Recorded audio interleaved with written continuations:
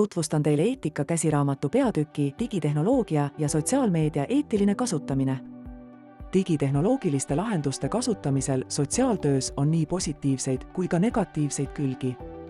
Digitaalse sotsiaaltöö eelisteks on klientide kiire nõustamine kriitilistes olukordades. Klient saab viibida endale mugavas keskkonnas, võimalus töötada erinevate spetsialistide ja pereliikmetega korraga ja töötada inimestega, kes viibivad mõnes institutsioonis. Tehnoloogia annab inimestele juurde aega ja loob paremad võimalused kontakti loomiseks ja mõtestatud suhtluseks.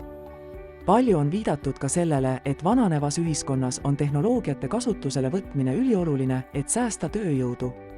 Tehnoloogia kasutamine on majanduslikult kasulik, ent ära ei tohiks unustada, et sotsiaaltöö on töö inimestega. Oluline on luua ja parandada erinevaid suhtlussidemeid, inimesi toetada, edendada kaasatust ja kuuluvustunnet.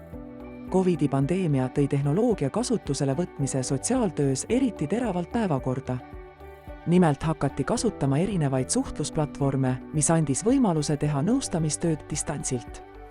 Digitaalsete lahenduste rakendamisel tuleks jälgida, et ei tekiks olukorda, kus osa ühiskonnast on kehva internetiühenduse või tehnoloogia puudumise tõttu protsessidest kõrvale või maha jäänud. See võib tekitada olukorra, kus sotsiaaltöötajal on väga keeruline tagada klientidele võrdset kohtlemist. Igasuguste digitehnoloogiate kasutusele võtmine peaks muutma sotsiaaltöö lihtsamaks ja olema nii kliendile kui töötajale vastuvõetav.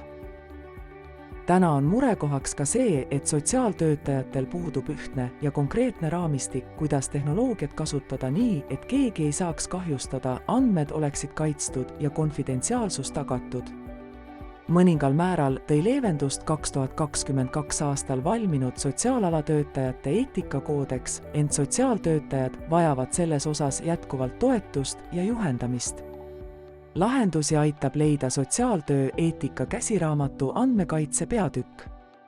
Mida arvate, kas minusugune virtuaalne assistent võiks tulevikus klientidele abiks olla ning milliseid eetilisi dilemmasid võib virtuaalse assistendi kasutamine kaasa tuua?